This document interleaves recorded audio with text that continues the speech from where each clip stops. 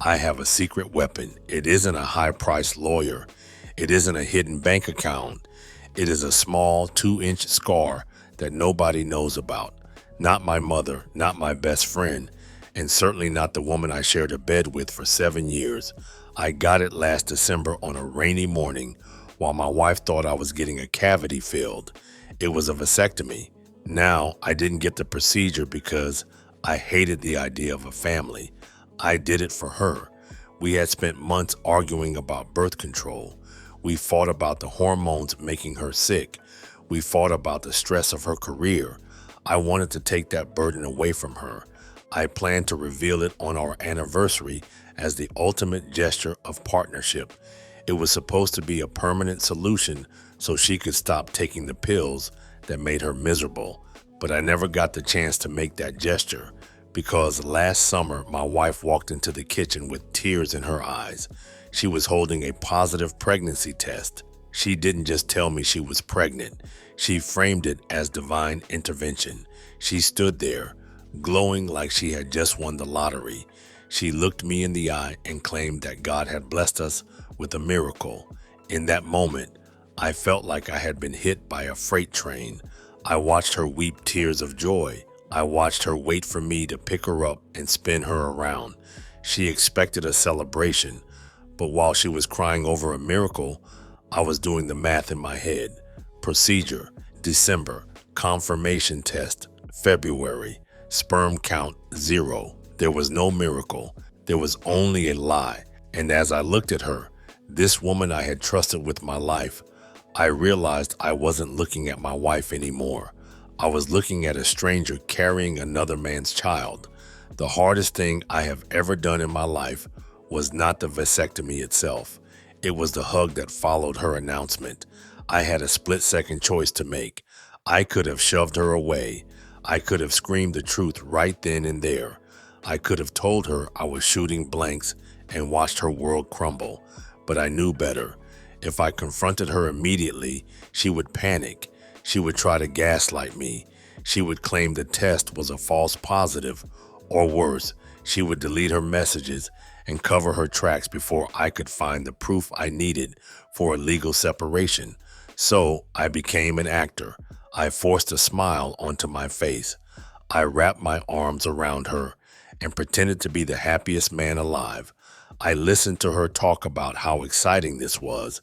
I listened to her talk about names and nurseries. Every word out of her mouth felt like a kick to the teeth, but I let her keep talking. I needed her to feel safe. I needed her to think she had gotten away with it, because when a liar feels safe, they get sloppy, and I needed her sloppy. I needed to know exactly who the father was so I could ensure she didn't get a single dime of alimony when the dust settled. I drive a truck for a living. I've been hauling local freight for 12 years. I spend 12 hours a day in a cab, watching the road, watching people cut me off, watching patterns. You learn a lot about patience when you drive a rig. You learn to wait for your opening. My marriage was a wreck, and I just needed to wait for the right time to change lanes. My wife is a realtor.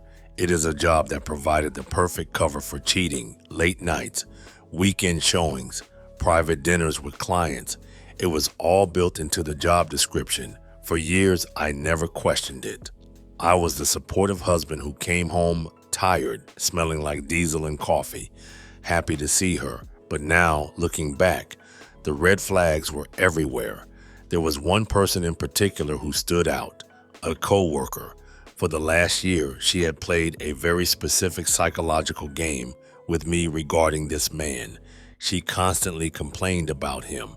She told me he was arrogant. She told me he tried to steal her leads. She painted him as the villain of her office life. But I remembered the company Christmas party. I remembered watching him refill her wine glass before it was even empty. I remembered the way he stood just a little too close to her during group photos. His hand was always hovering near the small of her back. I realized then that she used her hatred of him as a shield. By talking about him constantly in a negative light, she made him a central character in our lives. without arousing suspicion. It was brilliant in a sick, twisted way. I decided to test the waters. On the drive to her first ultrasound, I casually asked about him. I asked if he was still making her life miserable at the office. Her reaction was subtle, but I caught it. She stiffened. She looked out the window and quietly mentioned that he had actually been very supportive lately. She said he had helped her with some difficult paperwork. Supportive. That was the word that gave her away. Men who try to steal your commissions are not supportive unless they are getting something in return. Entering that ultrasound room felt like walking into a funeral. The lights were dim. The machine hummed with a rhythm that matched my racing heart. I sat in the chair next to the bed and held her hand. Her palm was warm. Mine was cold and rough. When the image appeared on the screen, the reality of the situation hit me like a physical blow. There was a heartbeat, a strong, steady rhythm of a new life. The doctor pointed it out, confirming she was about 8 weeks along. I sat there staring at the gray blob on the monitor and replayed my calendar. 8 weeks prior, back in April, I had pulled the string of overnight shifts hauling lumber to the coast. I was gone for 4 days straight. My wife had claimed she spent that weekend at her mother's house. I looked at her face in the glow of the monitor. She was crying. She looked at that screen with such pure, unadulterated love that it made me nauseous. How could she detach herself from reality so completely? Did she believe her own lie? Did she think that if she just acted the part of the happy mother well enough, biology would rewrite itself? She squeezed my hand, looking for reassurance. I squeezed back. I didn't squeeze out of love. I squeezed out of resolve. I wasn't just observing a medical procedure. I was gathering evidence. Every week she carried this pregnancy was another week of proof that she was a liar. I knew better than to hire a private investigator. In a town our size, people talk. If I hired someone, word would get back to her within days. I had to be the investigator. I started with the technology. My wife was smart enough to lock her phone. She slept with it under her pillow like a teenager hiding secrets. She had changed her passcode months ago, citing security updates. But she wasn't as careful with the shared devices. One Tuesday evening, while she was out on a supposed late showing, I logged onto the family iPad. She used it for navigation, and she had never logged out of her Google account. Now, truckers live and die by GPS. I know how the Google Timeline feature works better than she does. Most people know to clear their browser history, but very few people remember to clear the location history's cache buried deep in the settings of Google Maps. The app tracks where you go most often to suggest routes. I opened the log. There was the usual list: the grocery store, her office, her parents' house, but there was one address that didn't belong. It was a residential address on the other side of town. It was a condo complex I had never heard her mention. According to the data, she had visited this location 14 times in the last 60 days. I pulled up the property tax records for that address. Public records are a beautiful thing. The owner of the condo was him, the co-worker. My gut twisted into a knot. I knew it, but seeing it in black and white was different. It was tangible. She wasn't showing houses, she was playing house. But I knew GPS data wouldn't hold up in the court of public opinion. She could easily claim she was there for work. She could say she was dropping off files. She could say she was helping him with a listing. I needed something undeniable. I needed to see them together. The opportunity to catch them arrived 3 days later. She announced that she had a closing dinner with a wealthy out-of-town client. She put on a black dress. She curled her hair. She sprayed on the perfume I had bought her for her birthday. It was a scent I used to associate with our date nights. Now it smelled like betrayal. She told me not to wait up. She kissed me on the cheek and walked out the door. I waited 5 minutes. Then I went to the garage. I didn't take my pickup truck. Everyone in town knows my truck. I took my old fishing Jeep. It was a beat-up vehicle covered in mud that hadn't left the garage in months. It was the perfect camouflage. I drove to the condo complex and parked 3 spots down from the driveway. Her car was already there. It was parked right next to his. I turned off the engine and settled in for the wait. I'm used to waiting. I've waited at loading docks for 6 hours without complaining. I could wait for this. I sat there for 3 hours. I watched the lights go on in the living room. I saw their silhouettes moving past the windows. They weren't working. They were cooking. They were drinking wine. It was a domestic scene that belonged to a married couple. She was playing the role perfectly with another man. At 10 p.m., the front door opened.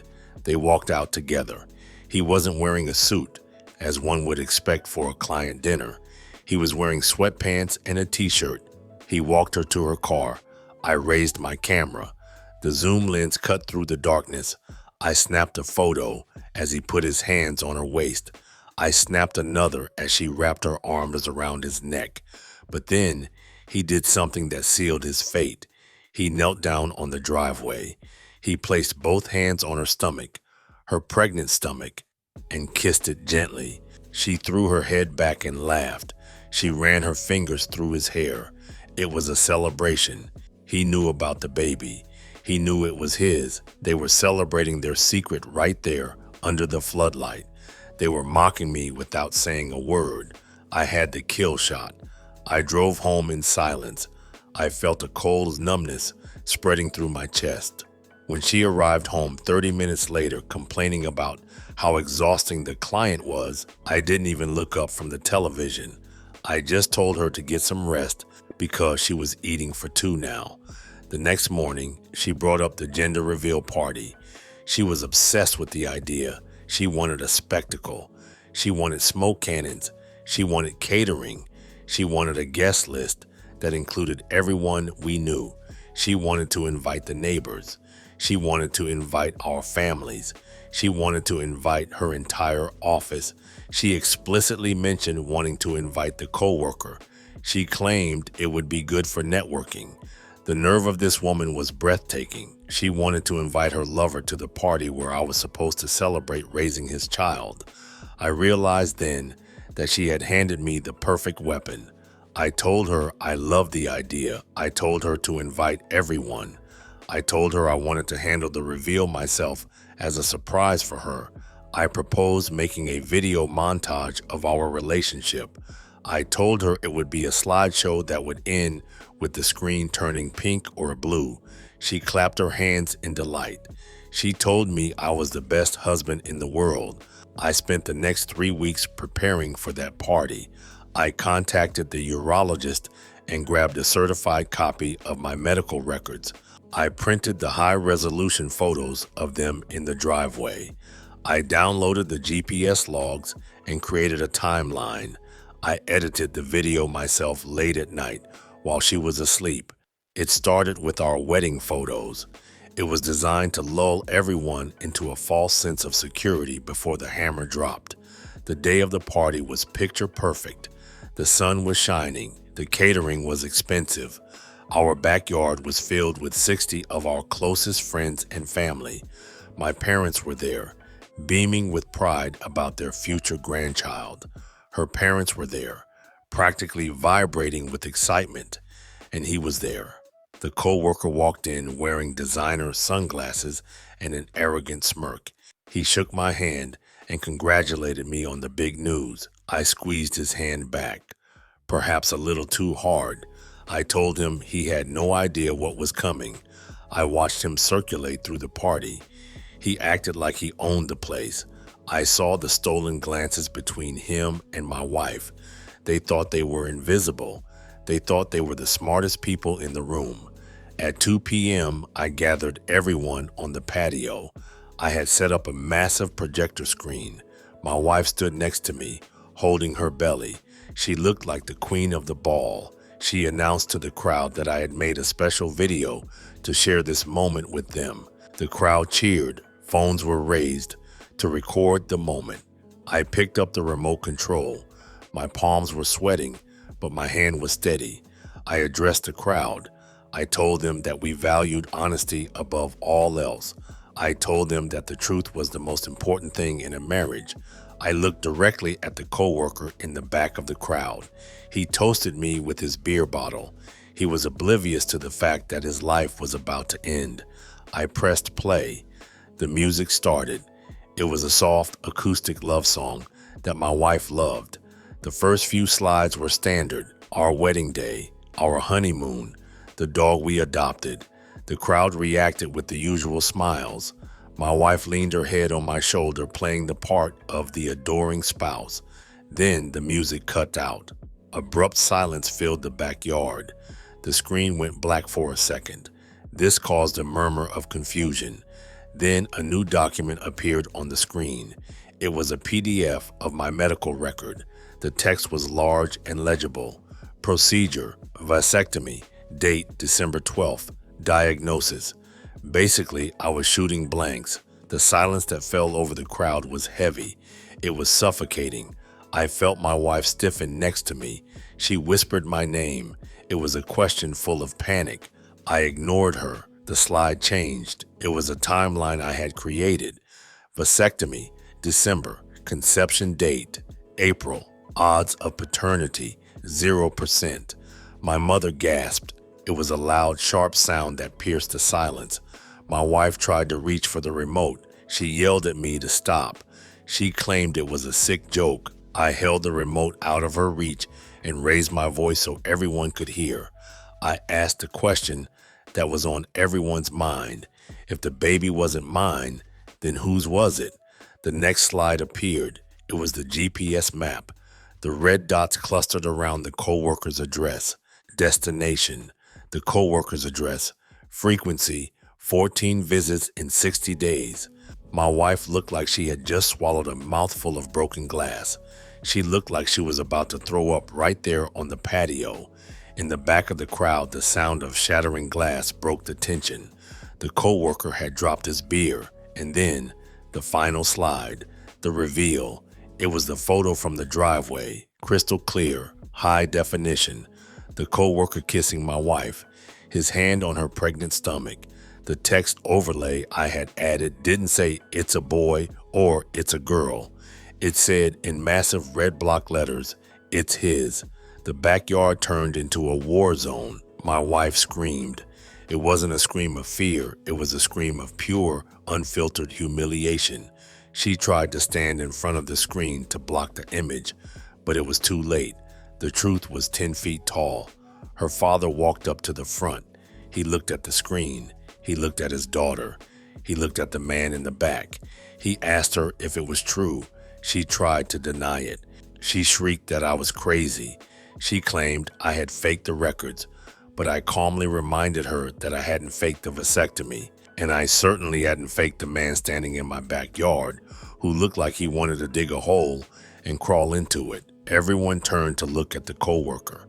He was trying to back away toward the gate, but he was blocked in by my family. I turned to my wife. She was now sobbing on the patio stones. I told her to leave. I told her I had already activated the infidelity clause in our prenuptial agreement. The clause protected my job and barred her from alimony. She would get nothing but her own car, and she could take him. I walked into the house. I grabbed a cold beer from the fridge. I locked the back door. Through the window, I watched her parents drag her to their car. I watched the coworker sprint to his vehicle like a coward. The legal battle was a waiting game. Since the state wouldn't finalize the divorce until the child was born, we had to wait 6 long months.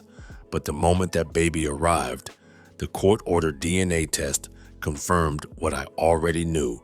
It was his. He lost his job. His wife left him, and my ex-wife is now raising a child in a 1-bedroom apartment. As for me, I kept the house. My income wasn't affected from my job, and I kept my dignity. I learned that sometimes the best revenge isn't a scream or a fight. Sometimes the best revenge is simply letting them throw a party to celebrate their own destruction.